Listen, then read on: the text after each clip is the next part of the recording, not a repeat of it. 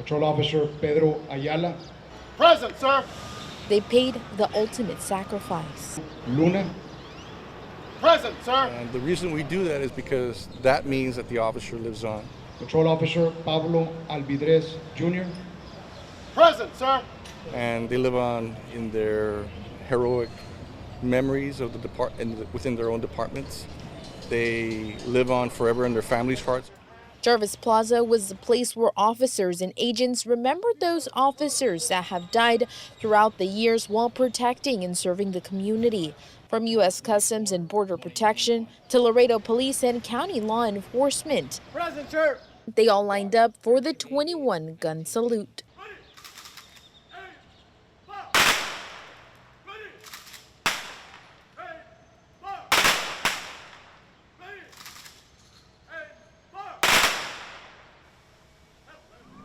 They live forever through these ceremonies. Their families, their descendants, their grandchildren, their great-grandchildren, they come to these events to honor the memory of their loved ones who are no longer with us because they died being police officers. The ceremony was a part of the National Police Week that is observed every single year.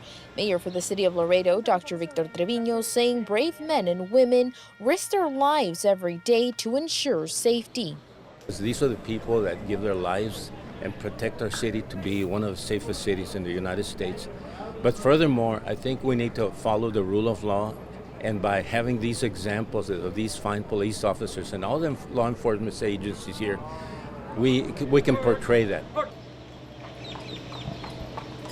And these fallen heroes' memories will continue to live every day and will not be forgotten. For KGNS News, I'm Lisely Garza.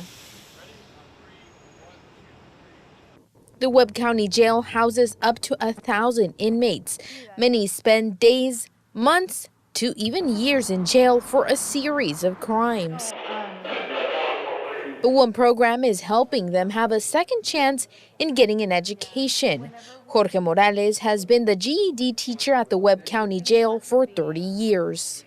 Very successful in making changes in the inmate's life. They deserve a second chance. Mr. Morales says inmates have to follow the state's requirements to obtain a GED while behind bars. We have it like 2 to 3 months. It's not a long time to get them ready and cover all the skills that they need for the state GED test, but we're doing the best we can.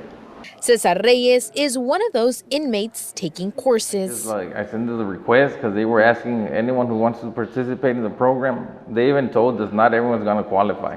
After it took 4 months, so that's how long I've been taking the GED program. Cesar says his program has helped him with his education, but also on a personal level. For this, I used to have anger issues and everything. When I came to the GED program class, stable my anger more and by reading books and learning new subjects. The inmates attend classes multiple times a week and they must complete at least 40 hours per week or credit is not received. We come to class, Mr. Morales gives us the book that the subject for the day. Cesar's teacher says his class must have at least an 80% success rate and continue to show progress. If not, this program could be taken away.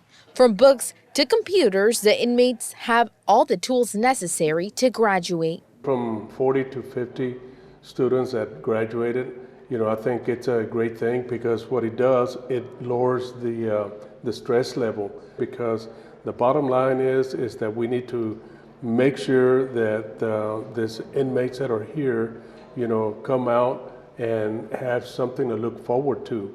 It's the light at the end of the tunnel Cesar is looking forward to, taking classes and dedicating his second chance to his loved ones. For my family, for myself, for my little girl, and my mom and my dad.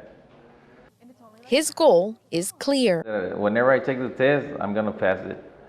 That's all I need to take the test. For KGNS News, I'm Lisely Garza.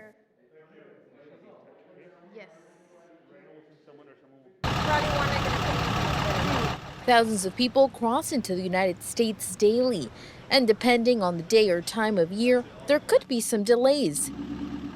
This week, U.S. Customs and Border Protection have announced traffic changes for the Juarez-Lincoln International Bridge, also known as Bridge 2.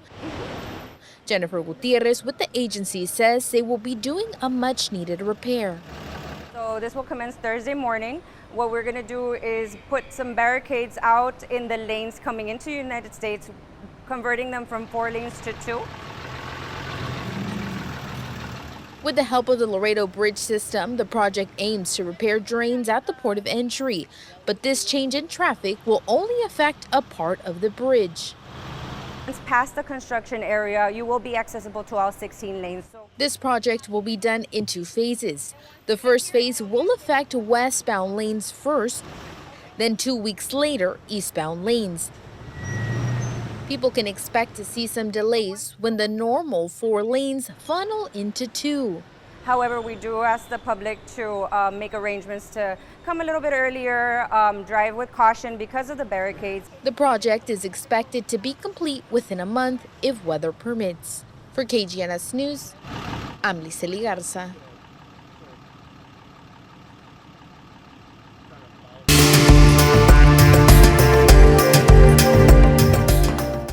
It's a discrepancy the Zapata County judge and current tax assessor collector say they have been trying to get answers for years. But with a lack of answers or assistance from state and federal agencies, they are bringing attention to it themselves. Zapata County, a place where almost everyone knows everyone and almost everyone is connected. There have been requests for public information and For the last couple of years, the Zapata County tax assessor collector Delia Mendoza has attempted to bring to light allegedly missing dollar signs from accounts she oversees. On October 10th of 2023, during a Zapata County Commissioner's Court meeting, Mendoza spoke about accounts that caught her attention in 2021, which was the same year she took office. On or about the 1st of May, it came to my attention that there was a specific account with a 0 balance. This account had a suit filed and judgment had been entered.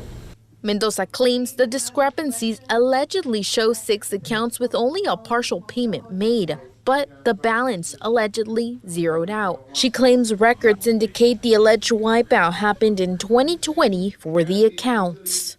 I found that there were accounts that had the same type of partial payment with no balances remaining.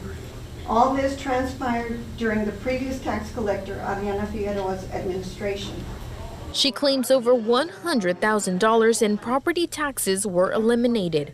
Mendoza says she brought this up in 2021 and continues to bring up the topic at public meetings like Zapata County's Commissioner's Court as new developments happen. KGNS submitted an open records request for the list of those documents that had been discovered by Mendoza. We were able to obtain the 6 account names with property locations. Through sources, KGNS was able to confirm some of the accounts had allegedly been zeroed out, had a personal tie with Adriana Figueroa, the previous tax assessor collector. Among those, the Zapata County Sheriff Raimundo del Bosque and a relative, Dora Flores, who is married to the county's tax appraisal district chair, Jose Flores. On November 13th, 2023, KGNS's cameras attended a Zapata Commissioner's Court meeting.